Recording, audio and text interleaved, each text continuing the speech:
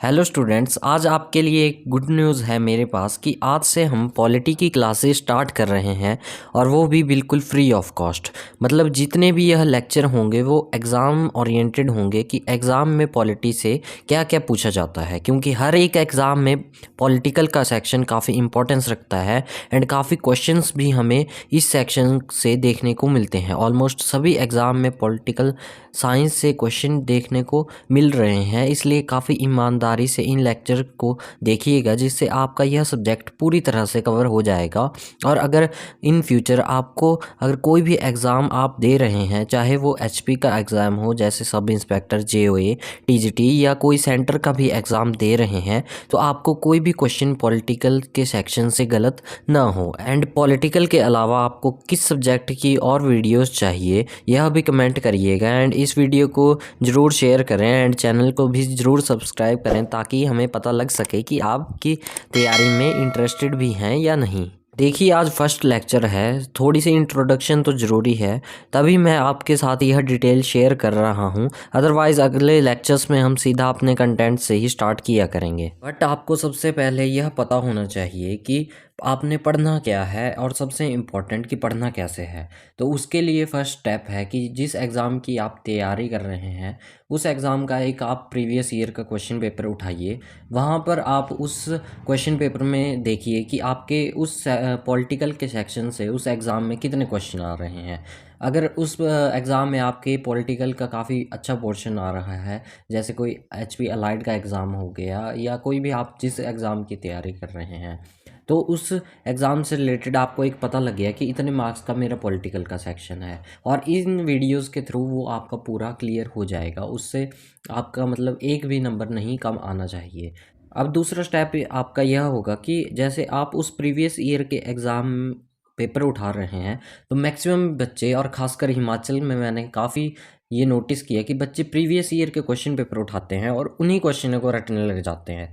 लेकिन ऐसा नहीं करना है, क्योंकि वो क्वेश्चन आपके रिपीट होने के काफ़ी कम चांसेस हैं। अब जैसे अभी आप रिसेंटली देख भी रहे होंगे कि अब एचपीएसएसबी तो आपका डिसॉल्व हो गया है, तो आपके एग्ज़ाम होंगे वो एचपीपीएससी शिमला कंडक्ट करवाएगा।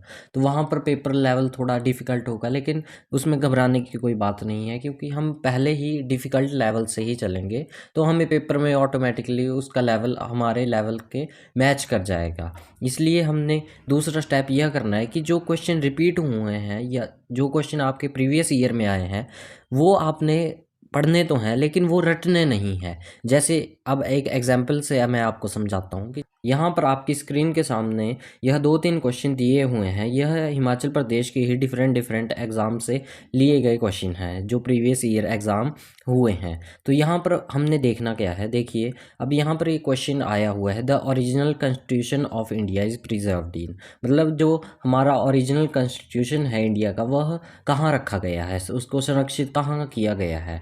तो अब हमने ये जैसे यहाँ पर अगला क्वेश्चन है दिया हुआ, रुकिए एक minute. Which of following is feature common to both the Indian federation and the American federation. मतलब जो इंडियन फेडरेशन है एंड जो अमेरिकन फेडरेशन है, मतलब जो कॉन्स्टिट्यूशन फीचर है वो सेम क्या है। ये आपके आ गया दूसरा क्वेश्चन। अब हमारे पास जैसे तीसरा क्वेश्चन है, the constitution of India has borrowed the scheme of Indian federation from the constitution of. मतलब भारत के संविधान ने किस देश से संविधान से भारत संघ की योजना ली है। अभी तो आपको यह क्वेश्चन समझ नहीं आ रहे होंगे, लेकिन जब हम इस टॉपिक को पढ़ लेंगे तो आपको इन क्वेश्चनों के आंसर काफ़ी आसानी से आ जाएंगे। तो अब आपने यहाँ पर 3 क्वेश्चन देखे, ये डिफरेंट एग्जाम के तीनों क्वेश्चन हैं। तो यहाँ से हमने देखना क्या है कि हमने बेसिकली यहाँ से अपना टॉपिक निकालना है, ना कि हमने प्रीवियस ईयर क्वेश्चन निकालने हैं। अब यहाँ पर टॉपिक क्या कॉमन है तीनों क्वेश्चनों में, कॉन्स्टिट्यूशन। तो सबसे पहले हम जानेंगे अपना आज का टॉपिक, कॉन्स्टिट्यूशन ऑफ इंडिया। यही आपका, अगर आप सेल्फ स्टडी भी कर रहे हो तो आपका यह पढ़ने का काफ़ी बेस्ट तरीका है कि आपने सिर्फ प्रीवियस ईयर पर फोकस नहीं करना है। कभी भी ऐसा नहीं कीजिएगा, सिर्फ आपने उस प्रीवियस ईयर एग्ज़ाम से टॉपिक्स निकालने हैं कि किस टॉपिक से क्वेश्चन देखने को मिलता है। अब हमारा टॉपिक आज का हो गया कॉन्स्टिट्यूशन ऑफ इंडिया। अब आप अपना एग्ज़ाम उठाइए, उसके प्रीवियस ईयर में देखिए मैक्सिमम एग्ज़ाम्स में कॉन्स्टिट्यूशन ऑफ इंडिया से क्वेश्चन देखने को मिलता ही है, क्योंकि एक बेसिक सा कंसेप्ट है और स्टार्टिंग हमारी कॉन्स्टिट्यूशन से ही पॉलिटिकल की होती है, इसलिए कॉन्स्टिट्यूशन हमारे लिए काफ़ी इंपॉर्टेंट है। तो आज हम कॉन्स्टिट्यूशन के बारे में जानेंगे, और वो भी अब कॉन्स्टिट्यूशन से क्वेश्चन आपको एग्ज़ाम में दिखने को मिलेगा वो आपका ठीक होगा, क्योंकि हम उसको जो कॉन्स्टिट्यूशन का पूरा कंसेप्ट है उसको ही समझ लेंगे।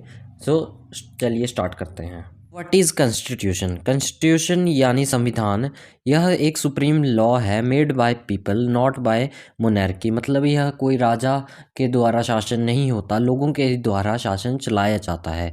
यह एक रूल बुक ऑफ नेशन होती है। It determines kind of government present in that country.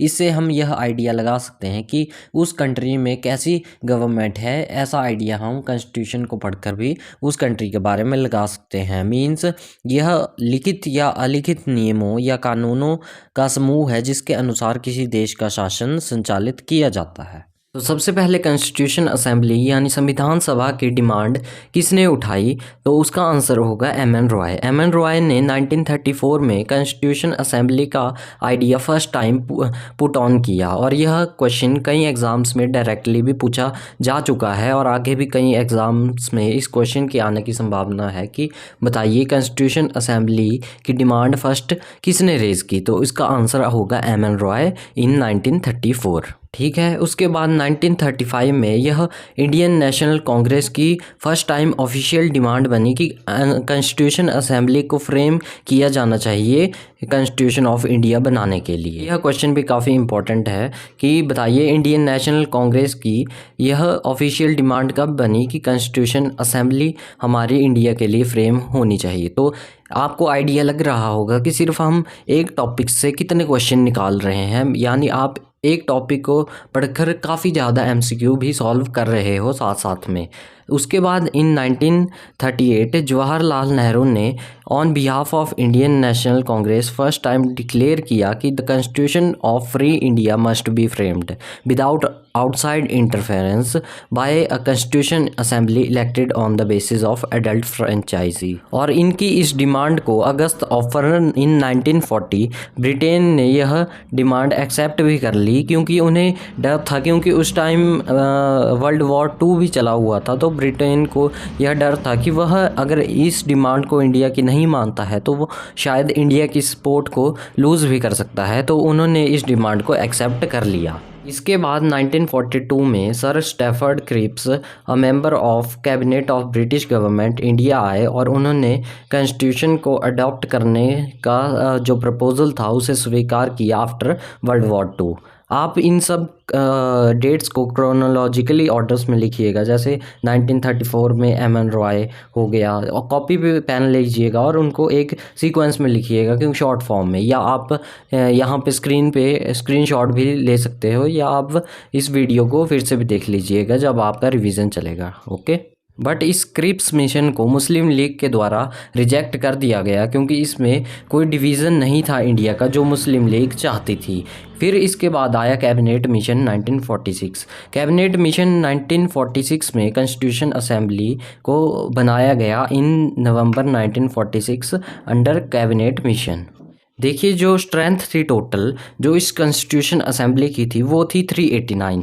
वैसे बेसिकली यह यहाँ से क्वेश्चन आने की बहुत कम प्रोबेबिलिटी है, क्योंकि इतना डीप में वैसे पूछते नहीं हैं यहाँ से, पर आप जान लीजिए बेसिकली थोड़ा सा कंसेप्ट कि जो कैबिनेट मिशन था उसके अंदर जो कॉन्स्टिट्यूशन असेंबली थी हमारी यानी संविधान सभा थी, उसमें हमारे 389 मेंबर्स थे। ठीक है, और 389 मेंबर्स में से जो 296 थे जो ब्रिटिश इंडिया के कंट्रोल से आते थे, ठीक है, वहाँ से इलेक्ट होकर आएंगे, और जो बचे हुए 296 तो हो गए ब्रिटिश इंडिया के, और जो बचे 93 सीट्स थी वो प्रिंसली स्टेट्स की थी, जो हमारे राजाओं की जो स्टेट्स थी जिन पे राजाओं का कंट्रोल था, वहाँ से 93 जो मेंबर्स थे वो इलेक्ट होने थे। ठीक है, बट जब यह इलेक्शन कंप्लीट हुए, यह हमारे लिए इम्पोर्टेंट नहीं है कि किसने कितनी सीटें जीती, बट ये इम्पोर्टेंट है कि इस इलेक्शन के बाद जो मुस्लिम लीग थी उन्होंने अपना सेपरेट कॉन्स्टिट्यूशन असेंबली बनाने की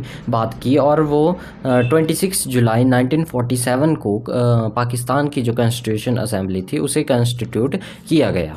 जो फर्स्ट मीटिंग थी कॉन्स्टिट्यूशन असेंबली की वह 9 दिसंबर 1946 को हुई। यह काफ़ी इंपॉर्टेंट क्वेश्चन है, कई बार पूछ लिया जाता है कि कॉन्स्टिट्यूशन असेंबली की फ़र्स्ट मीटिंग कब हुई, तो इसका आंसर होगा 9 दिसंबर 1946 को। उसमें जो हमने पहले डिस्कस किया था ना कि 389 मेंबर्स थे टोटल, उसमें से 211 मेंबर्स ने वह मीटिंग ज्वाइन की। ठीक है, उसमें मीटिंग में फर्स्ट मीटिंग जो 9 दिसंबर को हुई उसमें डॉक्टर सच्चिदानंद सिन्हा को टेम्परेरी प्रेसिडेंट बनाया गया। ठीक है, उसके बाद 11 दिसंबर को एक और मीटिंग हुई, उसमें जो डॉक्टर राजेंद्र प्रसाद जी हैं उनको परमानेंट प्रेसिडेंट कॉन्स्टिट्यूशन असेंबली का बनाया गया। तो यह काफ़ी ज़्यादा मोस्ट इम्पॉर्टेंट, इसको टिक कर लीजिएगा कि टेम्परेरी प्रेसिडेंट कौन थे या फर्स्ट प्रेसिडेंट कौन थे, तो उसका आंसर होगा डॉक्टर सच्चिदानंद सिन्हा। और अगर परमानेंट प्रेसिडेंट आएगा तो उसका आंसर होगा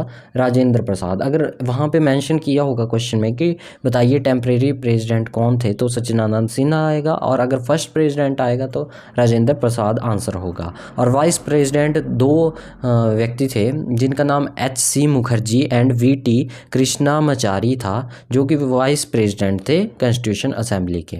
इसके बाद 13 दिसंबर 1946 को ऑब्जेक्टिव रेजोल्यूशन यानी उद्देश्य प्रस्ताव प्रेजेंट किया गया जवाहरलाल नेहरू के द्वारा। और यह डेट याद रखिएगा 13 दिसंबर 1946, और किसके द्वारा ऑब्जेक्टिव रेजोल्यूशन पास किया गया, मतलब जवाहरलाल नेहरू जी के द्वारा। मतलब इसका उद्देश्य यह था कि बताइए आपकी कॉन्स्टिट्यूशन असेंबली का उद्देश्य क्या है। यह इसको बोलते हैं ऑब्जेक्टिव रेजोल्यूशन, जिसे हम बाद में एक तरह से प्रीएम्बल भी कह सकते हैं, उसका ही नाम बाद में प्रीएम्बल कर दिया गया। इसके बाद काफ़ी डिस्कशन हुई कि कैसे कॉन्स्टिट्यूशन हमारा फ्रेम होना चाहिए, जिसमें हमारी मेजर आती हैं कमेटीज़। अब कमेटीज़ हमारी ऑलमोस्ट अराउंड 22 कमेटीज़ थी, जिसमें से हमारी 8 जो थी वो मेजर कमेटीज़ थी एंड 13 हमारी माइनर कमेटीज़ थी एंड 1 हमारी ड्राफ्टिंग कमेटी थी। इन कमेटीज़ की पूरी डिटेल रखना वैसे ज़रूरी भी नहीं है कि कौन इनका चेयरमैन था। इनमें से कुछ कमेटीज़ हमारे लिए इम्पोर्टेंट है, जैसे यूनियन पावर कमेटी हो गई जिनके चेयरमैन थे Jawaharlal Nehru. Union constitution committee हो गई, उनके भी प्रेसिडेंट जवाहरलाल नेहरू थे। और जैसे हो गई हमारी advisory committee on fundamental rights, तो उसके सरदार पटेल हो गए चेयरमैन। ठीक है, रूल्स फॉर प्रोसीजर कमेटी के डॉक्टर राजेंद्र प्रसाद हो गए। आप इसका स्क्रीनशॉट लीजिएगा जो आपकी स्क्रीन पे कमेटीज़ दिख रही हैं। और कमेटीज़ में सबसे इम्पॉर्टेंट थी हमारी ड्राफ्टिंग कमेटी। ड्राफ्टिंग कमेटी जिसने पूरा हमारा कॉन्स्टिट्यूशन का फ्रेमवर्क डिसाइड किया, कैसे वो हमारा कॉन्स्टिट्यूशन बनाया, वह सब ड्राफ्टिंग कमेटी का ही काम था। इसमें बेसिकली 7 मेंबर्स कमेटी थी और इसको सेटअप किया गया 29 अगस्त 1947 को। यह डेट इम्पॉर्टेंट है कि कब ड्राफ्टिंग कमेटी को बनाया गया। ये 7 मेंबर्स थे इस कमेटी में। बाद में कुछ मेंबर्स को 2 मेंबर्स को रिप्लेस भी किया गया था, लेकिन ये इतना इम्पोर्टेंट फैक्ट नहीं है। आप बस इतना याद रखिए कि यह 7 मेंबर्स की कमेटी थी। ठीक है, फिर इन्होंने अपना फाइनल जो ड्राफ्ट था वो 4 नवंबर 1948 को पेश किया एंड जो ड्राफ्ट पास्ड हुआ कॉन्स्टिट्यूशन का वो नवंबर 26 1949 को हुआ। मतलब जो हमारा कॉन्स्टिट्यूशन है वो अडॉप्ट हमने कर लिया था 26 नवंबर 1949 को, लेकिन हमने कॉन्स्टिट्यूशन हमारा पूरी तरह से इम्प्लीमेंट कब हुआ, वह हुआ 26 जैन 1950 को। क्योंकि वैसे हमारा कॉन्स्टिट्यूशन बनकर तैयार हो गया था 26 नवंबर 1949 को, लेकिन जो पास पूरी तरह कुछ आर्टिकल नवंबर 26 को ही पास कर दिए गए थे, लेकिन जो पूरी तरह से हमारा कॉन्स्टिट्यूशन इम्प्लीमेंट हुआ था वो 26 जैन 1950 को हुआ था। क्योंकि इन 1929-30 जो हमारा लाहौर सेशन हुआ था कांग्रेस का, उस टाइम जनवरी 26 को पहले ही पूर्ण स्वराज सेलिब्रेट कर लिया था, इसलिए इस डेट को चूज़ किया गया। तो आपसे अगर कभी भी कोई पूछे कि बताइए कि जनवरी 26 को ही क्यों हमारा कॉन्स्टिट्यूशन पूरी तरह से इम्प्लीमेंट किया गया, क्यों चुना गया, तो इसका जवाब था क्योंकि 1929-30 में जवाहरलाल नेहरू जी की अध्यक्षता में जो लाहौर सेशन हुआ था वहाँ पर पहले ही पूर्ण स्वराज की को सेलिब्रेशन हो चुकी थी। दैट्स वाई 26 जनवरी 1950 को हमारा कॉन्स्टिट्यूशन इम्प्लीमेंट किया गया with 395 article, 8 schedule and 22 parts. उस टाइम 395 आर्टिकल्स थे, ठीक है। एंड टाइम कितना लगा था?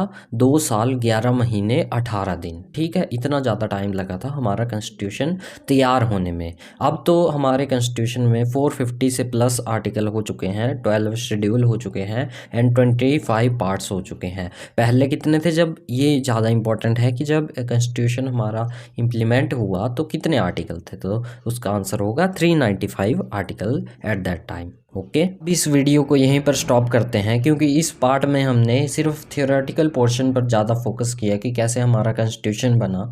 अब इस वीडियो के सेकंड पार्ट में हम डिस्कस करेंगे कि कैसे सिर्फ फैक्ट बेसिस पर बात करेंगे। जो हमने इस वीडियो में डिस्कस नहीं किया, कुछ चीज़ें रह गई हैं, वो उसमें डिस्कस करेंगे एक चीज़। बाकी दूसरी चीज़ सोर्सेज ऑफ कॉन्स्टिट्यूशन, मतलब हमारा जो कॉन्स्टिट्यूशन है इंडिया का, उसमें हमने डिफरेंट चीज़ें बाकी देशों से ली हैं, तो हम वो डिस्कस करेंगे। वो काफ़ी ज़्यादा इंपॉर्टेंट है कि कौन से देश से कौन सी चीज़ ली गई है हमारे कॉन्स्टिट्यूशन में, ठीक है। थर्ड हम डिस्कस करेंगे एमसीक्यूज़, कुछ एमसीक्यूज़ डिस्कस करेंगे और आपको वहाँ पर देखना है कि इस पोर्शन को देखने के बाद मतलब कॉन्स्टिट्यूशन से ही रिलेटेड क्वेश्चन होंगे, वो हमें कितने आते हैं, ठीक है। जो हमने पढ़ा है उसी से रिलेटेड क्वेश्चन करेंगे। बाकी आपको वीडियो कैसी लगी या कोई सुजेशन हो या आगे किस सब्जेक्ट की और क्लासेस आप पॉलिटिकल के साथ देखना चाहते हैं, उसके लिए कमेंट ज़रूर करें एंड इस वीडियो को शेयर ज़रूर करें एंड लाइक करें ताकि हमें भी मोटिवेशन मिल सके। सेकंड पार्ट ज़रूर देखें।